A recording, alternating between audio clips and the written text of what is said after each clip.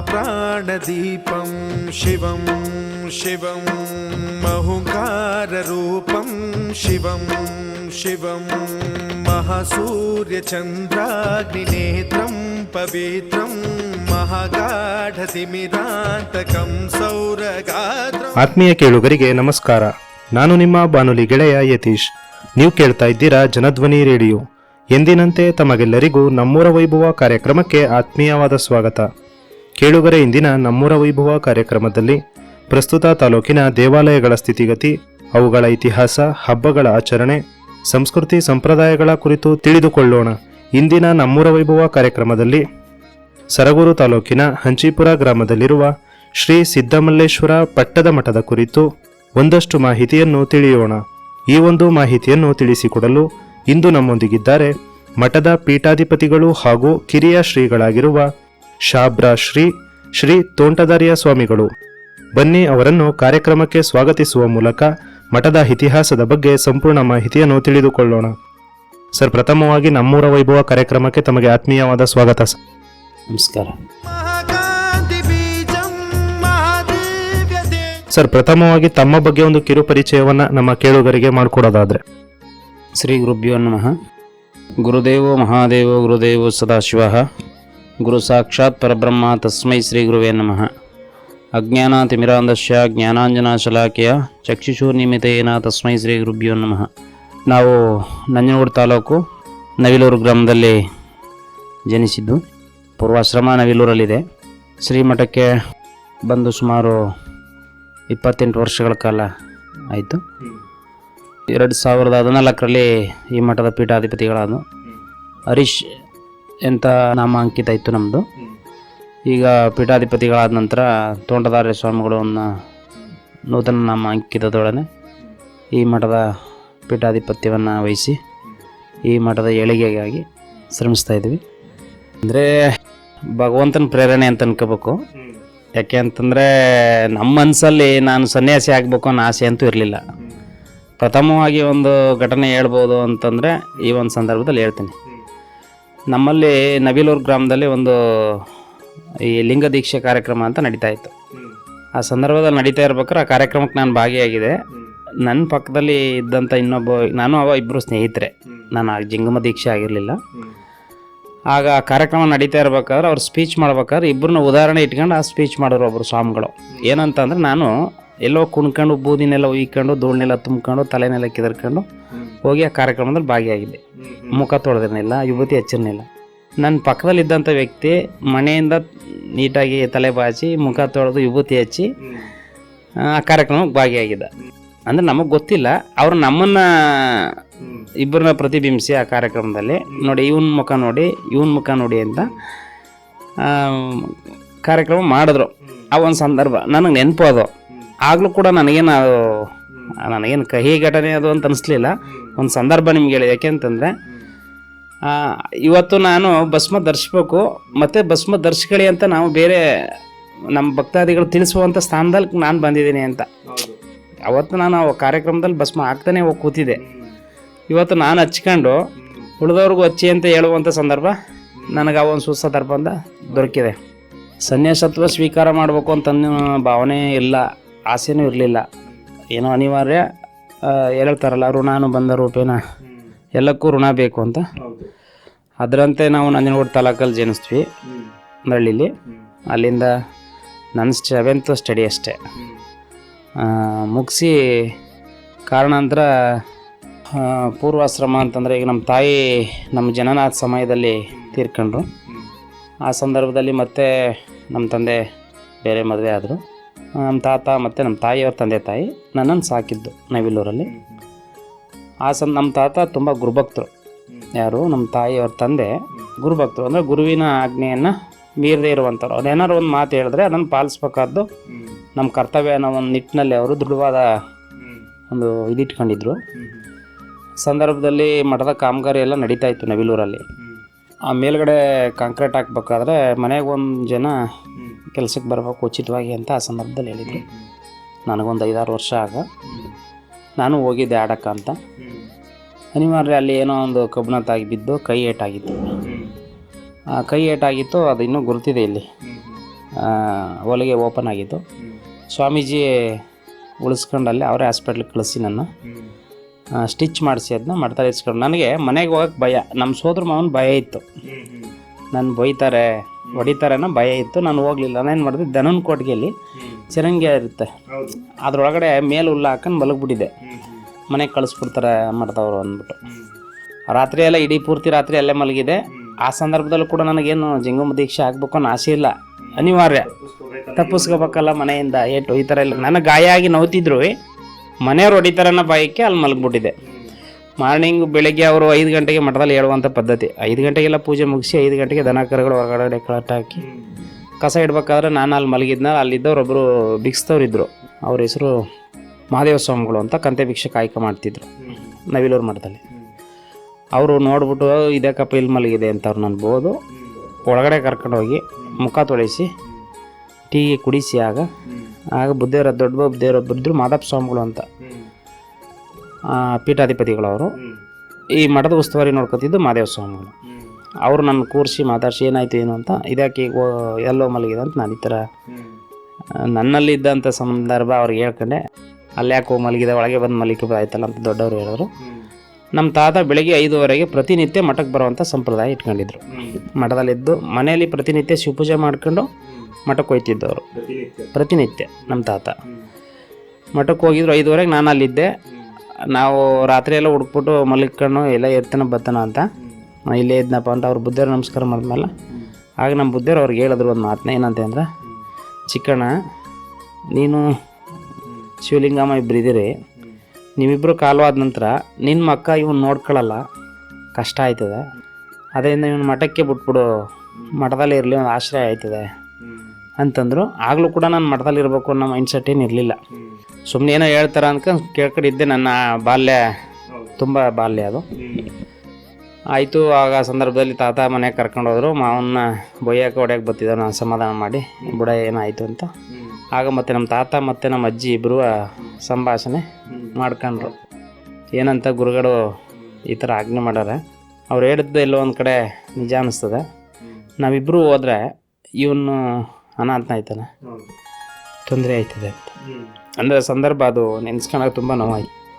ಆಗ ನಮ್ಮಮ್ಮ ಇರ್ಬೋದು, ನಮ್ಮ ಅಜ್ಜಿ ತಾಯಿಯವ್ರ ತಾಯಿ ಆಗಲಿ ಬಿಡಿ, ಗುರುಗಳ ಹೇಳೋದು ಮಾತು ತಾಕಬೇಡಿ ಅಂಥೇಳಿ ಶ್ರೀಮಠಕ್ಕೆ ಬಂದು ನಮಸ್ಕಾರ ಮಾಡಿ ನಮ್ಮ ತಾತ ನನ್ನೇ ಕಳಿಸಿದ್ರು.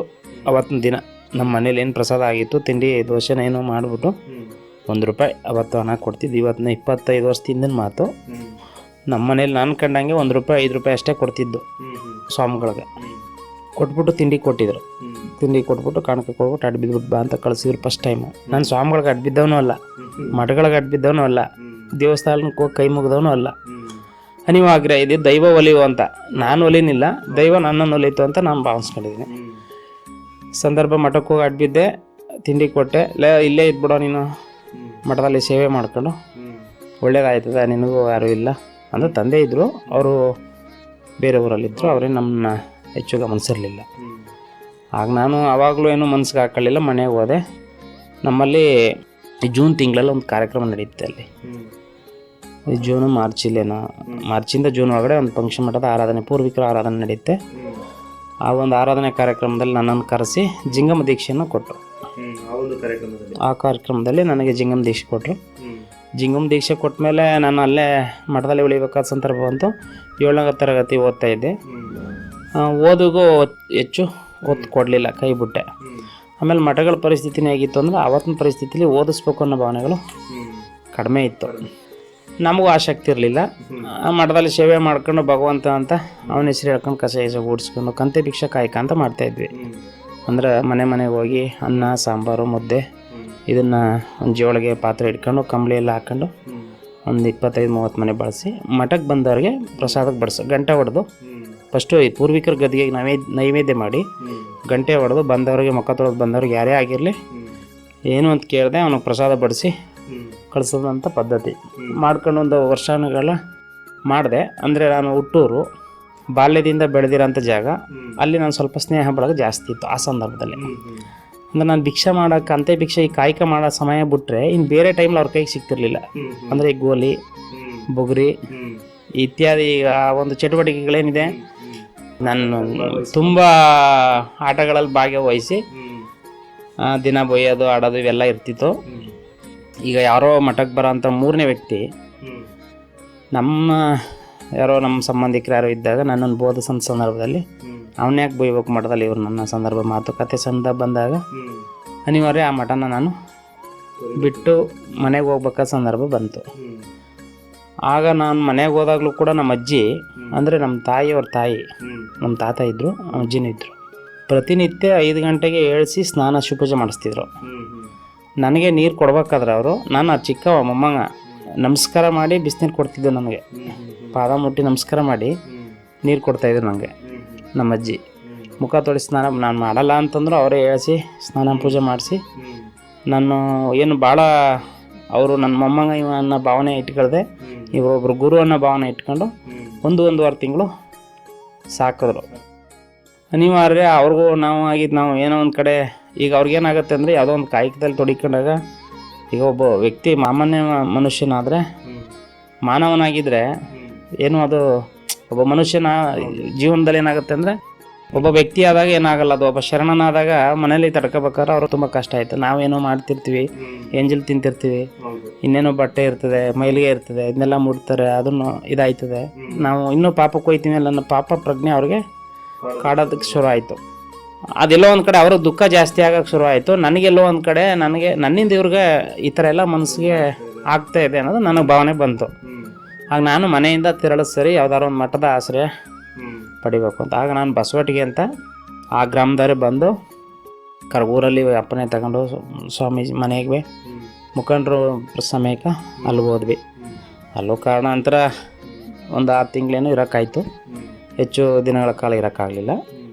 ಅಲ್ಲಿ ಬಂದು ಕುರಟಿ ಅಂತಿದೆ, ಅಲ್ಲಿ ಮಠದ ಆರಾಧನೆ ಕಾರ್ಯಕ್ರಮ ನಡೀತಿತ್ತು. ಅಲ್ಲಿಂದ ಇವರು ಏನು ಶ್ರೀಮಠದ ಅಂಚಿಪುರ ಮಠದ ಹಿರಿಯ ಶ್ರೀಗಳೇನವರ ಚನ್ನಬಸವಸ್ವಾಮಿಗಳು ಆ ಮಠದ ಕಾರ್ಯಕ್ರಮಕ್ಕೆ ಬಂದಿದ್ದರು. ಬಂದಿರಬೇಕಾದ್ರೆ ಇವರು ಬರ್ತಾರೆ ಅಂತ ನಮ್ಮ ಈ ಮಠದಲ್ಲಿ ಹಿಂದೆ ಕಾಯ್ಕ ಮಾಡ್ತಿದ್ರು ಒಬ್ಬರು ಮಹಾದೇವ ಸ್ವಾಮಿ ಅಂತ, ಅವ್ರನ್ನ ಕುಮಾರ್ಸಿ ಅಂತ ಅಡ್ಡಿಸ್ರು. ಅವ್ರು ಸ್ವಲ್ಪ ಪರಿಚಯ ಇತ್ತು ಆವಾಗಿಂದನೇ, ಎಲ್ಲೋ ಒಂದು ಕಡೆ ಪರಿಚಯ ಆಗಿದ್ರು ಅವರು ಹೆಚ್ಚುಗಳಿ ಅಂತ. ಇವರು ಎಲ್ಲೂ ಮಠದಲ್ಲಿ ಇಲ್ಲ ಬುದ್ಧಿ, ಈಗ ಬರ್ತಾರೆ ಇವ್ರು ಕರ್ಕೊಂಡು ಹೋದ್ರ ಅಂತ ಅವರು ಇವ್ರಿಗೆ ಪರಿಚಯ ಮಾಡಿಸ್ಕೊಟ್ರು. ಬಂದ್ಬಿಡಪ್ಪ ಹಂಗಾರೆ ನಿನ್ನ ನಮ್ಮ ಮಠದಲ್ಲಿ ಇರಿಸ್ಕೊಂಡು ನೋಡ್ಕೊತೀನಿ ಅಂತಂದರು. ಹೆಗ್ಗಡದೇವನ ಕೋಟೆ ತಾಲೂಕು ಅದ ಅನ್ನೋದೇ ನನಗೆ ಗೊತ್ತಿಲ್ಲ. ಆ ಸಂದರ್ಭದಲ್ಲಿ ಹೆಗ್ಗಡದೇವನ ಕೋಟೆಗೆ 1998ರಲ್ಲಿ ಬಂದೆ. ಫೆಬ್ರವರಿ 28 ತಾರೀಕು, ಮಾರ್ಚ್ 5ನೇ ತಾರೀಕು ಯುಗಾದಿ ಬಿದ್ದಿತ್ತು.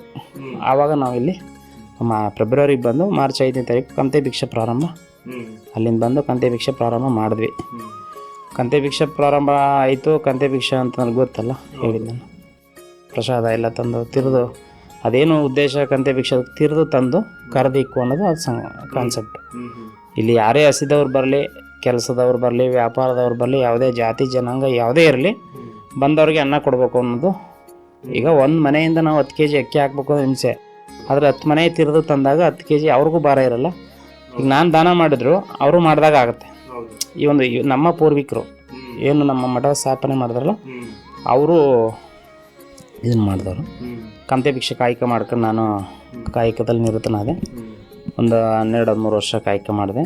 2014ರಲ್ಲಿ ನಾನು ಅಂದರೆ 2009-10ನೇ ಸಾಲಿನಲ್ಲಿ ಏನಾದರೂ ಒಂದು ಜ್ಯೋತಿಷ್ಯ ಕಲಿಬೇಕು, ನಾವು ಹೀಗೆ ಇದ್ರೆ ಆಗಲ್ಲ, ಜನಕ್ಕೇನಾದರೂ ಬೇಕಲ್ಲ ಇವತ್ತಿನ ಇದರಲ್ಲಿ ಅಂದ್ಬಿಟ್ಟು ಒಂದಷ್ಟು ವೇದ ಮಂತ್ರಗಳು ನಮ್ಮ ಸ್ವಾಮೀಜಿಗೆ ಏನು ಬೇಕು ಅದನ್ನು ಕಲಿಬೇಕಾದ ಸಂದರ್ಭ ಮನಸ್ಸಿಗೆ ನಮಗೆ ಮನಸ್ಸು. ನಾನು ವಿದ್ಯಾವಂತನೂ ಅಲ್ಲ, ನಾನು ಆ ಸಂದರ್ಭದಲ್ಲಿ ನನಗೆ 7ನೇ ತರಗತಿ ಇದ್ದರೂ ಕೂಡ ಪೇಪರ್ ಓದಕ್ಕೆ ಬರ್ತಿರ್ಲಿಲ್ಲ. ಪೇಪರ್ನು ಕೂಡ ನಾವು ಓದ್ತಿರ್ಲಿಲ್ಲ, ಓದಿನ ಬಗ್ಗೆ ಒಲವಿರಲಿಲ್ಲ. ಅದರಿಂದ 2009-10ರಲ್ಲಿ ನಾನು ಆಗ ಮೈಸೂರು ಮಹಾರಾಜ ಸಂಸ್ಕೃತ ಪಾಠಶಾಲೆಯಲ್ಲಿ ಅಡ್ಮಿಷನ್ ಆದ್ವಿ. ಮೂಲ ದಾಖಲಾತಿ ಸ್ಕೂಲ್ದು ತಗೊಬಂದು ಅಡ್ಮಿಷನ್ ಆದಮೇಲೆ ಅಲ್ಲೇ 4 ವರ್ಷ ಪ್ರವೀಣ ವಿದ್ವತ್ ಮುಗಿಸ್ಕೊಂಡು ಮತ್ತೆ ಶ್ರೀಮಠಕ್ಕೆ ಬಂದ್ವಿ. ಅದರಲ್ಲೂ ಕಂಟಿನ್ಯೂ ಮಾಡ್ಬೇಕಾಯ್ತು, ಇನ್ನೂ ಇತ್ತು ಅಲ್ಲೇ. ಅದು ಕೂಡ ಮುಂದುವರ್ಷಕ್ಕಾಗಲಿ ಕಾರಣಾಂತರಗಳಿಂದ ಸ್ವಾಮೀಜಿ ಅನಿವಾರ್ಯ ಸಂದರ್ಭದಲ್ಲಿ ನಮ್ಮಲ್ಲಿ ಒಣಭಿಕ್ಷೆ ಅಂತ ಮಾಡ್ತೀವಿ ವರ್ಷಕ್ಕೊಂದು ಸಾರಿ ಶ್ರೀಮಠದಲ್ಲಿ. ಯಾವುದೇ ಮಠಗಳಾದರೂ ಅದನ್ನು ನಡೀತವೆ. ಒಣಭಿಕ್ಷೆ ಕಾರ್ಯಕ್ರಮ ನಡೀತಾ ಇರ್ಬೇಕಾದ್ರೆ ನಮ್ಮ ಗುರುಗಳು ಸ್ವಲ್ಪ ಅನಾರೋಗ್ಯ ಇತ್ತು ಅವತ್ತು, ಎಲ್ಲೋ ಒಂದು ಕಡೆ ಬಿದ್ದುಬಿಟ್ಟಿದ್ರು. ಆ ಕಾರಣಾಂತರ ನನ್ನ ಕೈಲಾಗಲ್ಲ, ಮರಿ ಕರ್ಕೊಂಬಂದು ಮಾಡಿಸಿಯಪ್ಪ ಮಠದಲ್ಲಿರೋರನ್ನ ಅಂಥೇಳಿ ಗ್ರಾಮದ ಮುಖಂಡರು ಮತ್ತು ಭಕ್ತರಿಗೆ ತಿಳಿಸಿದರು. ಅವರು ಆವತ್ತು ಪ್ರಾರಂಭ ಆಯಿತು. ಮರುದಿನ ಪಂಚಾಯತಿ ಎಲ್ಲ ಸೇರಿ ನಾನಿನ್ನು ಮಾಡೋಕ್ಕಾಗಲ್ಲ, ನನ್ನ ವಯಸ್ಸಾಯಿತು, ಈ ಮಠಕ್ಕೆ ಇವ್ರನ್ನೇ ಅಧಿಕಾರ ಮಾಡಿಬಿಡೋಣ, ನಿಮ್ಮ ಅಭಿಪ್ರಾಯ ಏನೋ ತಿಳಿಸಿ ಮಾಡಿಬಿಡಪ್ಪ, ಬೇಡ ಅಂತಂದ್ರೆ ಇವ್ರು ಬೇಡ ಅಂದರೆ ನಿಮಗೆ ಬೇಕಾದವ್ರನ್ನ ಕರ್ಕೊಬಂದು ಮಾಡ್ಕೊಳ್ಳಿ, ಆದರೆ ಮಾಡಿ ಒಬ್ಬರು ಉತ್ತರಾಧಿಕಾರಿ ಬೇಕು ಮಠಕ್ಕೆ, ನನ್ನ ಕೈಲಾಗಲ್ಲ ಅಂತ. ಆಗ ನಮ್ಮ ಜನ ಅಂದರೆ ನಾನು 98ರಲ್ಲಿ ಬಂದಿದ್ರು ಕೂಡ 2010 ಗಂಟ ಸತ್ಯ ಹೇಳ್ಕೊಳ್ಳೋದ್ರಲ್ಲೇನು ಮುಜುಗರ ಇಲ್ಲ ನನಗೆ.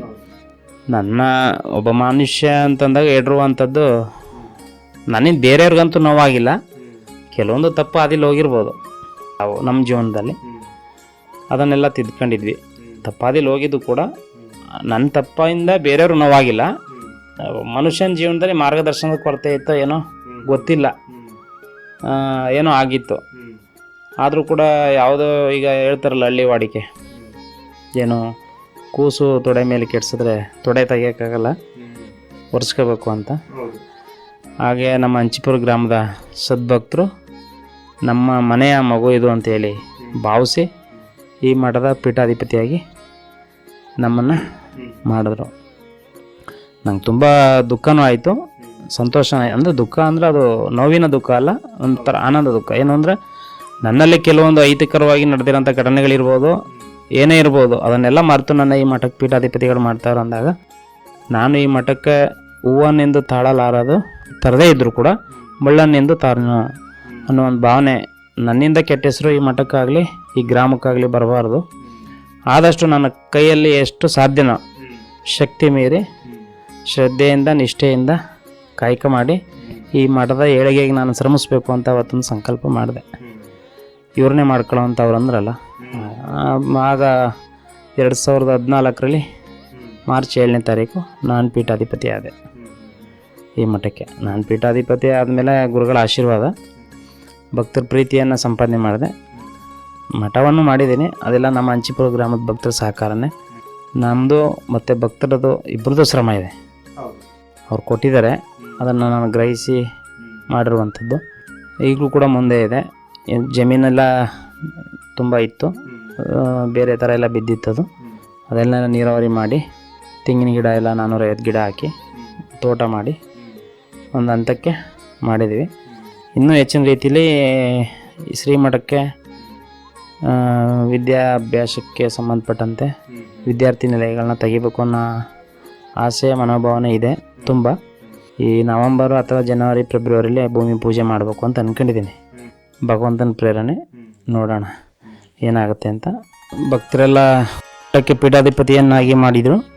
ಆ ಒಂದು ಇದರಲ್ಲಿ ನಾನು ಸುತ್ತಮುತ್ತಲ ಗ್ರಾಮದ ಭಕ್ತರ ಆಶ್ರಯ ಸಹಕಾರದಿಂದ ಈ ಮಠದ ಏಳಿಗೆಗೆ ಇನ್ನೂ ಹೆಚ್ಚಿನ ರೀತಿಯಲ್ಲಿ ಶ್ರಮಿಸ್ತೇನೆ ಅಂತ ಹೇಳಕ್ಕೆ ಬಯಸ್ತೇನೆ. ಮಹಾಪ್ರಾಣದೀಪಂ ಶಿವಂ ಶಿವಂ ಭಜೆ ಮಂಜುನಾಥಂ ಶಿವಂ ಶಿವಂ. ಸರ್, ಈ ಒಂದು ಮಠದ ಉಗಮದ ಹಿನ್ನೆಲೆ ಏನು, ಜೊತೆಗೆ ಈ ಒಂದು ಮಠದ ಪರಂಪರೆ ಎಷ್ಟು ಪುರಾತನವಾದದ್ದು, ಅದರ ಒಂದು ಇತಿಹಾಸದ ಅಂಶಗಳನ್ನು ನಮ್ಮ ಜೊತೆ ಹಂಚ್ಕೊಳ್ಳೋದಾದರೆ? 1950 ಈ ಮಠದ ಇತಿಹಾಸ ಒಂದು 75 ವರ್ಷದ ಇತಿಹಾಸ ಇರ್ಬೋದು, ತುಂಬ ಇತಿಹಾಸ ಏನಲ್ಲ. ಆದರೆ ಹಿಂದೆ ಇಲ್ಲಿ ಮಠ ಇರಲಿಲ್ಲ. ನಮ್ಮ ಮೂಲ ಮಠ ಬಂದು ಸಿದ್ದಮಲ್ಲೇಶ್ವರ ಅಂತ ಮಠದ ನೇಮ್ ಇದೆಯಲ್ಲ, ಇದು ಮೂಲ ಮಠ ಬಂದು ಗುಂಡ್ಲುಪೇಟೆ ತಾಲೂಕು ಸೋಮಳ್ಳಿಯಲ್ಲಿ ಮೂಲ ಮಠ ಇದೆ. ಅವರು ಷಟ್ಸ್ಥಳ ಲಿಂಗೈಕ್ಯ ಸಿದ್ದಮಲ್ಲಿಕಾರ್ಜುನ ಸ್ವಾಮಿಗಳು ಅಂತ. ಈಗಿರೋರು ಸಿದ್ದಮಲ್ಲ ಸ್ವಾಮಿಗಳು, ಹಿಂದೆ ಇದ್ದವರು ಸಿದ್ದಮಲ್ಲಿಕಾರ್ಜುನ ಸ್ವಾಮಿಗಳು. ಅವರು ಪವಾಡ ಪುರುಷರು ಕೂಡ ಆಗಿದ್ದರು. ಹಿಂದೆ ನಮಗೆ ಹಳ್ಳಿಗಳಲ್ಲಿ ಕಾಲರ ಮತ್ತು ಪ್ಲೇಗ್ ಅನ್ನೋದು ಇರ್ತಿತ್ತು. ಆವಾಗೇನು ಮೆಡಿಷನ್ ಇರಲಿಲ್ಲ. ಸಿದ್ದಮಲ್ಲಿಕಾರ್ಜುನ ಸ್ವಾಮಿಗಳು ಅಂದರೆ ಅವು ಹಿನ್ನೆಲೆಯನ್ನು ತಗೊಂಡು ಹೋಗ್ತೀವಿ ಅಂತಂದರೆ ನಾವು ಸಿದ್ದಮಲ್ಲಿಕಾರ್ಜುನ ಸ್ವಾಮಿಗಳು ದೇವನೂರು ಮಠದಲ್ಲಿ, ದೇವನೂರು ನಮ್ಗೆ ಇನ್ನೂ ಒಂದು ಮೂಲ, ನಂಜನಗೂಡು ತಾಲೂಕು ದೇವನೂರು ಶ್ರೀ ಗುರುಮಲ್ಲೇಶ್ವರ ಮಠದಲ್ಲಿ ಕಾಯಕ ಮಾಡ್ಕೊಂಡಿದ್ದವರು.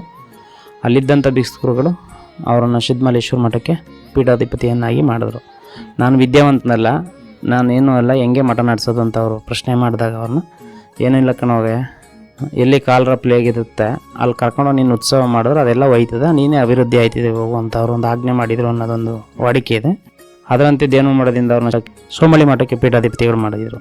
ಆ ಪೀಠಾಧಿಪತಿಗಳು ಪ್ರಥಮವಾಗಿ ಸೋಮಳ್ಳಿಗೆ ಬಂದಾಗ, ಅಂದರೆ ಇಲ್ಲಿ ಕಾಲರ ಪ್ಲೇಗು ಇತ್ತಲ್ಲ, ಆ ಸಂದರ್ಭದಲ್ಲಿದ್ದಂಥ ಭಕ್ತರು ಜನಾಂಗ ಸೋಮಳ್ಳಿ ಸಿದ್ಧಮಲ್ಲಿಕಾರ್ಜುನ ಸ್ವಾಮಿಗಳನ್ನ ಕರ್ಕೊಬಂದು ನಾವು ಉತ್ಸವ ಮಾಡಿದ್ರೆ ನಮ್ಮಲ್ಲಿರುವಂಥ ರೋಗ ಬಾಧೆಗಳು ನಿವಾರಣೆ ಆಗುತ್ತೆ ಅನ್ನೋದು ಭಕ್ತರಲ್ಲಿ ಅದು ಮೂಡಿ ಸಿದ್ಧಮಲ್ಲಿಕಾರ್ಜುನ ಸ್ವಾಮಿಗಳ ಭಿನ್ನ ಕೊಟ್ಟು ಒಂದು ದಿನ ಗ್ರಾಮಕ್ಕೆ ಕರೆಸಿ ತುಂಬ ಅದ್ಧೂರಿಯಾಗಿ ಆವತ್ತಿನ ದಿನ ಈ ಥರ ಶ್ಯಾಮೇನ ಈ ಥರ ಏನಿಲ್ಲ, ನ್ಯಾಚುರಲ್ಲ. ಹಳ್ಳಿಯ ಸೊಗಡು, ಬಾಳೆಕಂದು, ಮಾವಿನ ಸೊಪ್ಪು, ಹಸಿ ಚಪ್ರ ಇದೆಲ್ಲ ಹಾಕಿ ಊರಿಂದ ಆಚೆ ಎಷ್ಟು ಅರ್ಧ ಕಿಲೋಮೀಟ್ರಿಂದ ಅವ್ರು ಎತ್ತಿನ ಗಾಡೀಲಿ ಬರ್ತಾಯಿದ್ದು. ಅಲ್ಲಿಂದ ಸ್ವಾಗತ ಮಾಡ್ಕೊಂಡು ಕಳಸ, ಕಂಬ, ಸತ್ತಿಗೆ ಇದೆಲ್ಲ ಹಾಕೊಂಡು ಕರ್ಕೊಂಡು ಬಂದು ಅವ್ರನ್ನ ಪಲ್ಲಕ್ಕಿ ಕಟ್ಟಿ ಉತ್ಸವ ಮಾಡಿದಾಗ ಆ ಕಾಲರ ಪ್ಲೇಗು ಅಂತ ತಟ್ಟ ಮೇಲೆ ಇದ್ರಂಥ ಜನ ಇಲ್ಲಿ ಜಮೀನುಗಳಲ್ಲಿ. ಅವರೆಲ್ಲ ಉತ್ಸವ ಮಾಡ್ಕೊಂಡು ಹೋದ್ಮೇಲೆ ಆ ಕಾಲರ ಪ್ಲೇಗೆಲ್ಲ ಕಡಿಮೆ ಆಗಿ ಮತ್ತೆ ಅವರು ಗ್ರಾಮಕ್ಕೆ ವಾಸವಾಗಿ ಬಂದು ಏನೋ ಒಂದು ನಿಟ್ಟುಸಿರು ಬಿಟ್ಟು, ಅಂದರೆ ಶಾಂತವಾಗಿ ಗ್ರಾಮದ ವಾತಾವರಣನೇ ಬದಲಾದಾಗ ನಾವು ಸಿದ್ಧಮಲ್ಲೇಶ್ವರರ ಒಂದು ಕೃಪಾಶೀರ್ವಾದದಿಂದ ನಮ್ಮ ಗ್ರಾಮ ಭಾಳ ಆರೋಗ್ಯದಿಂದ ತುಂಬ ಚೆನ್ನಾಗಿ ಮುಂದುವರಿತಾಯಿದೆ. ನಾವು ಅವ್ರ ಹತ್ರ ಹೋಗಿ ಅವ್ರದ್ದೊಂದು ಶಾಖಾ ಮಠ ನಾವು ಇಲ್ಲಿ ಸ್ಥಾಪನೆ ಮಾಡಬೇಕು ಅಂತ ಹೇಳಿ ಗ್ರಾಮಗಳಲ್ಲಿ ಎಲ್ಲ ಭಕ್ತಾದಿಗಳು ಕೂತ್ಕೊಂಡು ಮಾತಾಡಿ ಸಿದ್ಧಮಲ್ಲಿಕಾರ್ಜುನ ಸ್ವಾಮಿಗಳ ಹತ್ರ ಹೋದ್ರಂತೆ, ನಮಗೊಂದು ಮಠ ಮಾಡಿಕೊಡಿ. ಆಗ ಅವರು ಆಯಿತು ಬಿಡ ಮಾಡೋಣ ಅಂತೇಳಿ ಭಕ್ತರ ಒಪ್ಪಿಗೆಗೆ ಅವರು ಇದು ಮಣಿದು ಬಂದು ಶ್ರೀ ಗ್ರಾಮದಲ್ಲಿ ಮಾತಾಡಿ ಇಲ್ಲಿ ಯಾರನ್ನ ಮಾಡ್ಬೋದು ಮಠಾಧಿಪತಿ. ಆ ಸಂದರ್ಭದಲ್ಲಿ ಒಂದು ಮಠ ನೇಮಿಸಿ ಮಠ ಅಂತ ಮಾಡಬೇಕು ಅಂದ್ರೆ ಅವತ್ತಿತ್ತು ಏನಿತ್ತು ಅಂದ್ರೆ ಕಾಡಿತ್ತು. ಇವತ್ತೇನು ಬೇಕು ಅದನ್ನು ಅವತ್ತೇ ತತ್ತಿದ್ದು ಜನ, ಮರ ಮಂಡಿ ಏನು ಬೇಕು ಅವತ್ತೇ ತಂದಿದ್ರು. ಮಠನೂ ಮಾಡಿದ್ರು. ಮಠ ಮಾಡಿದ್ಮೇಲೆ ಈಗ ಅದಕ್ಕೆ ದೀಪ ಹಚ್ಚಿ ಬಂದವ್ರಿಗೆ ಒಬ್ರಿಗೆ ನೀರು, ಟೀ, ಕಾಫಿ, ಊಟನ ಕೊಡೋ ಅಂಥವ್ರೊಬ್ರು ಆಗ್ಬೇಕು. ಯಾರು ನೇಮಿಸ್ಬೇಕು ಅನ್ನೋ ಸಂದರ್ಭ ಬಂದಾಗ ಯಾರೋ ಅವರು ಪೂರ್ವದವ್ರು ನಮಗೆ ಗೊತ್ತಿಲ್ಲ, ಒಬ್ಬರು ನೇಮ್ ಗೊತ್ತಿಲ್ಲ ಅಷ್ಟೇ. ಅವರು ಕರ್ಕೊಂಬಂದು ಇರಿಸಿದ್ರು ಕಂತೆ ಭಿಕ್ಷದ ಕಾಯಕದ ಮಠ ಮಾಡಿ. ಆಮೇಲೆ ಇಲ್ಲಿ ನಮ್ಮೂರಲ್ಲೇ ಚಂದ್ರಶೇಖರಯ್ಯ ಅಂತ, ಈಗ ಆನಂದ್ ಮತ್ತು HC ಗುರುಸ್ವಾಮಿ ಅಂತ ತಾಲೂಕ್ ಪಂಚಾಯತ್ ಅಧ್ಯಕ್ಷರ ಅವ್ರ ತಂದೆಯವರು ಕಂತೆ ಭಿಕ್ಷದ ಕಾಯಕ ಮಾಡ್ಕೊಂಡು ಇದ್ರಂತೆ ಹಿಂದೆ. ಅವ್ರಾದ ನಂತರ ಇನ್ನೊಬ್ಬರು ಉಶ್ವಯ್ಯನವರು ಅಂತಿದ್ರು, ಅವರು ಕೂಡ ಕೆಲವು ವರ್ಷಗಳಷ್ಟೇ, ಒಂದು 5 ವರ್ಷ 3 ವರ್ಷ ಈ ಥರ ಅವ್ರು ಕಾಯಕ ಮಾಡಿ ಮುಗಿದಂತ ಕಾಗೆಮರಳಿ ಅಂತ, ಅದು ಯಳಂದೂರು ತಾಲೂಕು, ಅದು ಅಲ್ಲೇ ಅವರೊಬ್ಬರು ರಾಜಶೇಖರ ಸ್ವಾಮಿಗಳು ಅಂತ ಈ ಮಠಕ್ಕೆ ಕರ್ಕೊಬಂದು ಅವರೇ ಅಲ್ಲಿ ಮಾಡ್ಕೊಬಂದು ಇಲ್ಲಿಗೆ ಬಂದು ನೆಲೆಗೊಂಡಿದ್ರು. ಅವರು ಬಂದು ನಿತ್ಯ ದಾಸೋಹ ಅಂದರೆ ಕಂತೆ ಭಿಕ್ಷದ ಕಾಯಕ ಮಾಡಿ ಬಂದಂಥವ್ರಿಗೆ ಪ್ರಸಾದ ವಿನಿಯೋಗ ಮಾಡ್ಕೊಂಡಿದ್ರು. ಆಗ ಅವರು ಇದೇ ಥರ ಇದ್ದರೆ ಮಠ ಮುಂದುವರಿಯೋಕ್ಕಾಗಲ್ಲ, ಇದನ್ನೇನಾದ್ರು ಬದಲಾವಣೆ ಮಾಡಬೇಕು ಅನ್ನೋ ಒಂದು ನಿಟ್ಟಿನಲ್ಲಿ ಆ ಸಂದರ್ಭದಲ್ಲಿ ಶ್ರೀ ಸಿದ್ಧಮಲ್ಲೇಶ್ವರ ಪಟ್ಟದ ಮಠದ ಏಳಿಗೆಗಾಗಿ ಉಂಡಿ ಮಾದಣ್ಣ ಅಂತ ಅವರು 9 ಎಕರೆ 2 ಗುಂಟೆ ಜಮೀನ ಈ ಶ್ರೀಮಠಕ್ಕೆ ದಾನವಾಗಿ ಬರ್ಕೊಟ್ಟಿರ್ತಾರೆ. ಮತ್ತು ಅಂಚಿಪುರ ಕೆಂಡಗಣಪ್ಪ ಅಂತ ಅವರು ಕೂಡ 1 ಎಕರೆ 20 ಗುಂಟ ಅವರು ಮಠದ ಏಳಿಗೆಗೆ ಅಭಿವೃದ್ಧಿಗೆ ಮಠಕ್ಕೆ ಉಚಿತವಾಗಿ ದಾನವನ್ನು ಮಾಡಿ. ಮೂಲತಃ ಇಲ್ಲಿ ಹೆಗ್ಗಡದೇವನಕೋಟೆ ತಾಲೂಕಲ್ಲಿ ಅಂಚಿಪುರದಲ್ಲಿ ಮಠ ಸ್ಥಾಪನೆ ಮಾಡುವಂಥ ಸಂದರ್ಭದಲ್ಲಿ ಹೆಗ್ಗಡದೇವನಕೋಟೆಯಲ್ಲಿ ಸುಮಾರು ಒಂದು ಬೀಚನಹಳ್ಳಿ ಮತ್ತು ಬೀರಂಬಳ್ಳಿ, ಜಕ್ಕಳ್ಳಿ, ದಡದಳ್ಳಿ ಇವೆಲ್ಲ ಕೆಲವೊಂದು 5 ರಿಂದ 6 ಮಠಗಳನ್ನ ಸಿದ್ಧಮಲ್ಲಿಕಾರ್ಜುನ ಸ್ವಾಮಿಗಳ ಹಸ್ತದಿಂದ ಪ್ರಾರಂಭ ಮಾಡಲಾಗಿತ್ತು. ಅದನ್ನು ಮುಂದುವರಿಸ್ಕೊಂಡು ಅದು ಆ ಸಂದರ್ಭದಲ್ಲಿ ಕೋರ್ಟು, ಪಂಚಾಯತಿ ಅವೆಲ್ಲ ಇರ್ತವೆ, ಅದನ್ನೆಲ್ಲ ಬಗೆಹರಿಸ್ಕೊಂಡು ಒಬ್ಬರು ಪೀಠಾಧಿಪತಿ ಮಾಡಬೇಕು ಅಂತೇಳಿ ಈ ಮಠ ಪ್ರಾರಂಭ ಸ್ವಲ್ಪ ಒಂದು 5 ಅಂಕ ನಿಟ್ಟು ಇಂದ ಮುಂದೆ ಹೊಸಾರು ಮಾಡಿ ಮಠವನ್ನು ಸ್ಥಾಪನೆ ಮಾಡಿ ಆ ಮಠದ ಉದ್ಘಾಟನೆಗೆ ಚನ್ನಬಸಸ್ವಾಮಿಗಳನ್ನ ಪುಟ್ಟಸ್ವಾಮಿ ಅಂತ ಇವ್ರ ಹೆಸರು, ಇವರು ನಂಜನಗೂಡು ತಾಲೂಕು ಕುರಟ್ಟಿಯವರು. ದೇವನ ಮಠದಲ್ಲಿ ವಿದ್ಯಾಭ್ಯಾಸ ಮತ್ತು ಗುರುಗಳ ಶಿಷ್ಯರಾಗಿ ಅಲ್ಲಿ ಕಾರ್ಯನಿರ್ವಹಿಸ್ತಿದ್ರು. ಅಲ್ಲಿಂದ ಸೋಮಳ್ಳಿ ಮಠಕ್ಕೆ ಹೋಗಿದ್ದರು. ಸೋಮಳ್ಳಿ ಸ್ವಾಮೀಜಿ ಕರ್ಕೊಂಬಂದು ಇಲ್ಲಿ ಪೀಠಾಧ್ಯಕ್ಷರು ಮಾಡಿ ಮತ್ತೆ ಪಟ್ಟದ ಮಠವನ್ನಾಗಿ ಸ್ಥಾಪನೆ ಮಾಡಿದ್ರು. 1980ರಲ್ಲಿ ಇವರು ಪೀಠಾಧಿಪತಿ ಆದ್ದು. ಆಮೇಲೆ ಹೀಗೆ ಅವರು ಅವರ ಕಾರ್ಯ ಆ ಸಂದರ್ಭದಲ್ಲಿ ಸ್ವಲ್ಪ ಆರ್ಥಿಕ ಹಿನ್ನಡೆ ತುಂಬ ಪ್ರಬಲ ಏನಲ್ಲ. ಆಮೇಲೆ ಹೆಗ್ಗಡದೇವನಕೋಟೆ ಅಂತಂದರೆ ಇವಾಗ ಹಿಂದುಳಿದ ತಾಲೂಕು ಅಂತಂದ್ರೆ ಅವಾಗ ಇನ್ನೂ ತುಂಬ ಹಿಂದೆ ಇತ್ತು ಆರ್ಥಿಕವಾಗಿ. ಯಾವುದೇ ರೀತಿಯಾದ ಅನುಕೂಲಗಳಿರಲಿಲ್ಲ. ಸ್ಕೂಲು, ಕಾಲೇಜ್ ಮಾಡ್ಬೋದಾಯ್ತು, ಏನು ಬೇಕಾದ್ರೂ ಅನುಕೂಲಗಳು ಸ್ವಲ್ಪ ಕೊರತೆ ಇತ್ತು. ಕಾಡು ಯಾವುದೂ ಕೂಡ ಅಷ್ಟೊಂದು ಸರಾಗವಾಗಿ ಆಯ್ತಾ ಇರಲಿಲ್ಲ. ಆ ಸಂದರ್ಭದಲ್ಲೂ ಕೂಡ ಅವರು ಉಳ್ಳೆಮಾಳ ಮತ್ತು ಬಿಡುಗಲು, ಸರಗೂರಲ್ಲಿ ಕಾನ್ವೆಂಟ್ ತೆಗೆದಿದ್ರು. ಯಾರು ಪೂಜ್ಯರು ಚನ್ನಬಸಸ್ವಾಮಿಗಳು ಸ್ಕೂಲೆಲ್ಲ ನಡೆಸ್ಬೇಕು ಅಂತೇಳಿ. ಆಮೇಲೆ SSLC 9th 10th ಇವ್ರಿಗೆಲ್ಲ ಈಗೆಲ್ಲ ಕಾಡು, ಮೊದಲು ರಸ್ತೆ ಇಲ್ಲ, ಬದಿ ತುಳ್ಕೊಂಡು ಮಂಡಿ ಉದ್ದ ಆಮೇಲೆ ಸ್ಕೂಲ್ಗೆ ಹೋಗ್ಬೇಕಾಗಿದ್ದ ಸಂದರ್ಭ ಇತ್ತು. ಇಲ್ಲಿಂದ ಮುತ್ತಿಗೆಹುಂಡಿವರೆಗೂ ಚೆನ್ನಹುಂಡಿ, ಬಾಡಿಗೆ, ಮಟ್ಕೆರೆ ಅವರೆಲ್ಲ ಕಾಟ್ವಾಡು. ಆಗ ಒಂದು ಉಚಿತ ವಿದ್ಯಾರ್ಥಿ ನಿಲಯವನ್ನು ಸರಗೂರ್ಲಿ ಅಂದರೆ ಬಾಡಿಗೆ ಮನೆ ತಗೊಂಡು, ಬೇರೆ ಒಂದು ಬಾಡಿಗೆ ಮನೆ ತಗೊಂಡು ಅಲ್ಲಿ ಉಚಿತ ವಿದ್ಯಾರ್ಥಿ ನಿಲಯನ ನಡೆಸಿ ಒಂದಷ್ಟು ವರ್ಷಗಳ ಕಾಲ ಅದನ್ನು ನಿರ್ವಹಿಸಿದ್ರು. ಅನಿವಾರ್ಯ ಏನೋ ಕಷ್ಟ ಆಯಿತು ಅನಿಸುತ್ತೆ, ಅದು ಅಲ್ಲೇ ಮುಟುಕಾಯಿತು. ಮತ್ತು ಅದು ಈಗಲೂ ಇದೆ ಬಿಲ್ಡಿಂಗ್. ಆಮೇಲೆ ಮತ್ತೆ ಇವಾಗ ಖಾಲಿ ಜಾಗ ತಗೊಂಡು ಒಬ್ಬರು ದಾನಿಗಳು ಸೈಟ್ ಕೊಟ್ಟು ಬಿಲ್ಡಿಂಗ್ ಕಟ್ಟವ್ರೆ ಸರಗೂರ್ಲಿ. ಈಗಲೂ ಇದೆ ವಿದ್ಯಾರ್ಥಿ ನಿಲಯ ಅಂತ. ITI ಕಾಲೇಜು ಕೂಡ ಓಪನ್ ಆಗಿತ್ತು. ಅದನ್ನು ಕೂಡ ಏನೂ ಮಾಡೋಕ್ಕಾಗಲಿಲ್ಲ ಆ ಸಂದರ್ಭದಲ್ಲಿ, ಏನೇನೋ ತೊಂದರೆ ಆಗಿ. ಅದಾದ ನಂತರ 2014ರಲ್ಲಿ ನಮ್ಮನ್ನು ಪೀಠಾಧಿಪತಿಗಳನ್ನಾಗಿ ಮಾಡಿದ್ರು. ಇನ್ನು ನಾವು ಅಂದರೆ ಇಲ್ಲಿ ಮೊದಲನೇ ಗುರುಗಳು ಇವರು ಚನ್ನಬಸವ ಸ್ವಾಮಿಗಳು, ಎರಡನೇವರು ನಾವು. ಹಿಂದೆ ಇದ್ದವರು ಭಿಕ್ಷದವರು ಅಂತ, ಕಂತೆ ಭಿಕ್ಷೆ ಮಾಡ್ತಿದ್ದವರು, ಪೀಠಾಧಿಪತಿಗಳೇನಲ್ಲ ಅವರು. ಅವ್ರೇನು ಮಾಡಿದರು, ಆ ದಾರಿಯಲ್ಲಿ ಅವ್ರು ತೋರಿಸ್ಕೊಟ್ಟಂಥ ಹಾದಿಯಲ್ಲಿ ಅವ್ರ ಮಾರ್ಗದರ್ಶನದಲ್ಲಿ ನಾವು ಒಂದಷ್ಟು ಮಠಕ್ಕಾಗಿ ಸೇವೆ ಮಾಡ್ಕೊಂಡು ಹೋಗ್ತಾಯಿದ್ವಿ. ಸರ್, ಮಠಗಳು ಒಂದು ಅಕ್ಷರಕ್ಕಾಗಿರ್ಬೋದು, ಅನ್ನಕ್ಕಾಗಿರ್ಬೋದು ಮತ್ತು ಜ್ಞಾನದಾಸೋಹಕ್ಕೆ ಹೆಸರಾಗಿರ್ತವೆ. ತಮ್ಮ ಮಠವು ಈ ನಿಟ್ಟಿನಲ್ಲಿ ಯಾವೆಲ್ಲ ಕಾರ್ಯಕ್ರಮಗಳನ್ನು ಹಮ್ಮಿಕೊಂಡಿದೆ ಅದ್ರ ಬಗ್ಗೆ ತಿಳಿಸೋದಾದ್ರೆ? ಹೌದು, ಮಠಗಳು ಅನ್ನ ಅಕ್ಷರ ದಾಸೋಹಕ್ಕೆ ತುಂಬ ಹೆಸರಾದ್ದು. ನಾವು ನಮ್ಮ ಮಠದಲ್ಲಿ ಏನು ಅಂತಂದರೆ ದಾಸೋಹಕ್ಕೆ ತುಂಬ ಒತ್ತು ಕೊಟ್ಟಿದ್ದೀವಿ. ಅಂದರೆ ಹಸಿವು ಅನ್ನೇನ ಕ್ಷಣಿಕ ತೃಪ್ತಿ ಯಾವ ಜೀವಂತ ವಿದ್ಯೆಯಂ ಅಂತ ಹೇಳ್ತಾರೆ. ಅಂದರೆ ವಿದ್ಯೆಗೆ ಭಾಳ ಮಹತ್ವವಿದೆ.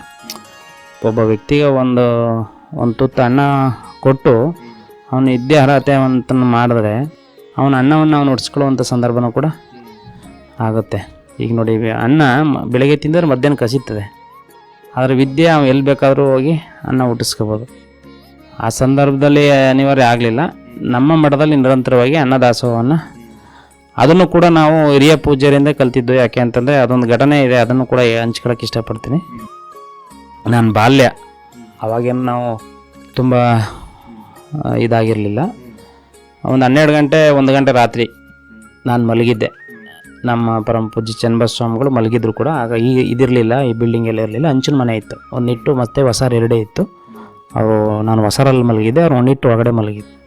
ಆಗ ಒಬ್ಬ ಅವ್ರಿಗೆ ಇದಾಗಿತ್ತೇನೋ, ಮೈಂಡ್ ಅಪ್ಸೆಟ್ ಆಗಿತ್ತು, ಮಾನಸಿಕವಾಗಿ ಅಸ್ವಸ್ಥರಾಗಿದ್ರು. ಅವರು ಬಸ್ ಸ್ಟ್ಯಾಂಡಲ್ಲೆಲ್ಲೋ ಮಲಗಿದ್ರು. ಸ್ನಾನ ಏನು ಆ ಥರ ಏನು ಮಾಡಿರಲಿಲ್ಲ. ಯಾವ ಜನಾಂಗ ಅಂತೇನಿಲ್ಲ, ಜಾತಿ ಇಲ್ಲ, ಗೊತ್ತಿಲ್ಲ. ಅವ್ರು ರಾತ್ರಿ ಒಂದು 12:30 1 ಗಂಟೆ ಗೊತ್ತಿಲ್ಲ ಪಾಪ. ಅವ್ನಿಗೆ ಹಸಿವಾಗಿರ್ಬೋದು, ಅವ್ನಿಗೇನು ಮಠ ಅಂತ ಅನ್ನಿಸ್ತೋ ಇಲ್ಲ ಮನೆ ಅಂತ ಅನ್ನಿಸ್ತೋ, ಬಂದು ಮಠಕ್ಕೆ ಬಾಗಿಲು ಬಟ್ಟದ. ನನಗೆ ಎಚ್ಚರ ಇತ್ತು. ಆಗ ಎಚ್ಚರ ಇದ್ದರೂ ನಾನು ಹೇಳಲಿಲ್ಲ. ಆಗ ನಾನು ಅವತ್ತು ಇನ್ನೂ ಯಾರೋ ಇದ್ದರೂ ನನಗೆ ನೆನಪಿಲ್ಲ, ನಾನು ಹೇಳಲಿಲ್ಲ. ನಮ್ಮ ಬುದ್ಧಿಯವರೇ ದೊಡ್ಡವರು ಎದ್ದು ಬಾಗಿಲು ತೆಗೆದ್ರು. ಆಗ ಅಲ್ಲಿ ನೋಡಿದಾಗ ಮಾನಸಿಕ ಅಸ್ವಸ್ಥಗೊಂಡಿದ್ದಂಥ ವ್ಯಕ್ತಿ ಆಚೆ ಇದ್ದದ್ದು.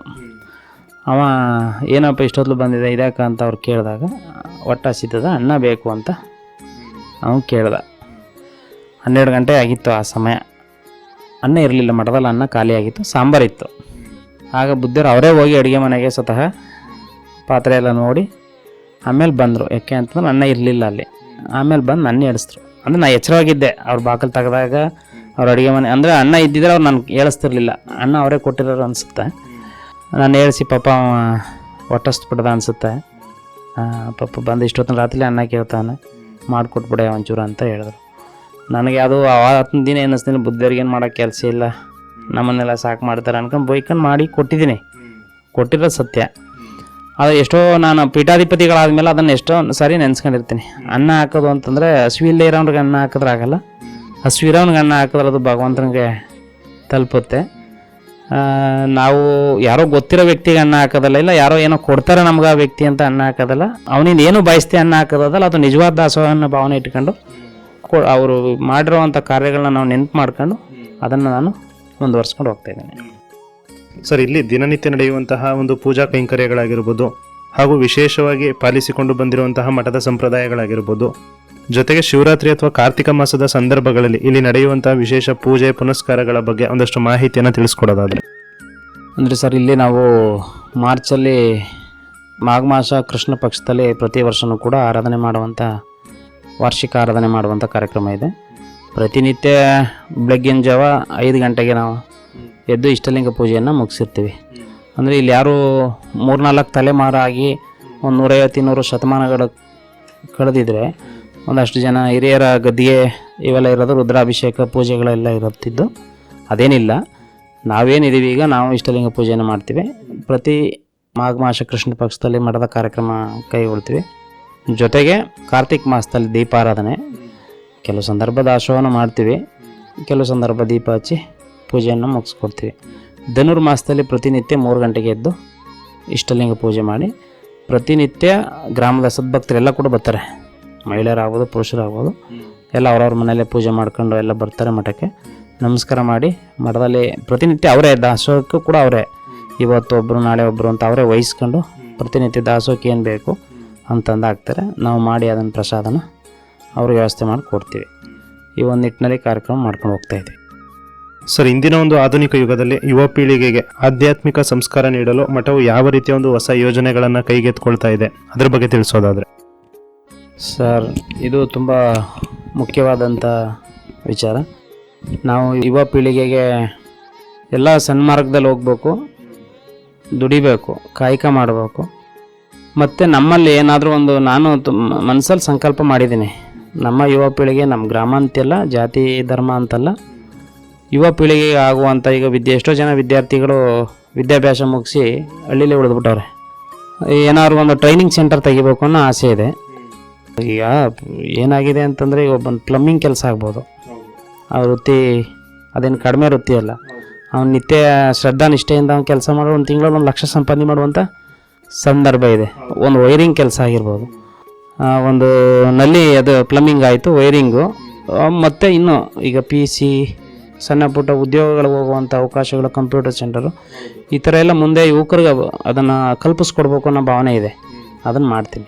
ಆಧ್ಯಾತ್ಮಿಕ ಸಂಸ್ಕಾರದ ಬಗ್ಗೆ ಖಂಡಿತ ಕೂಡ ಈ ಆಗಸ್ಟಿಂದ ನಾನು ಸಂಕಲ್ಪ ಮಾಡಿಬಿಟ್ಟಿದ್ದೀನಿ. ಶ್ರಾವಣ ಮಾಸದಲ್ಲಿ ಶನಿವಾರ ದಿನ ಪ್ರತಿ ಶನಿವಾರ ಪ್ರವಚನ ಕಾರ್ಯಕ್ರಮ ಮಾಡಬೇಕು.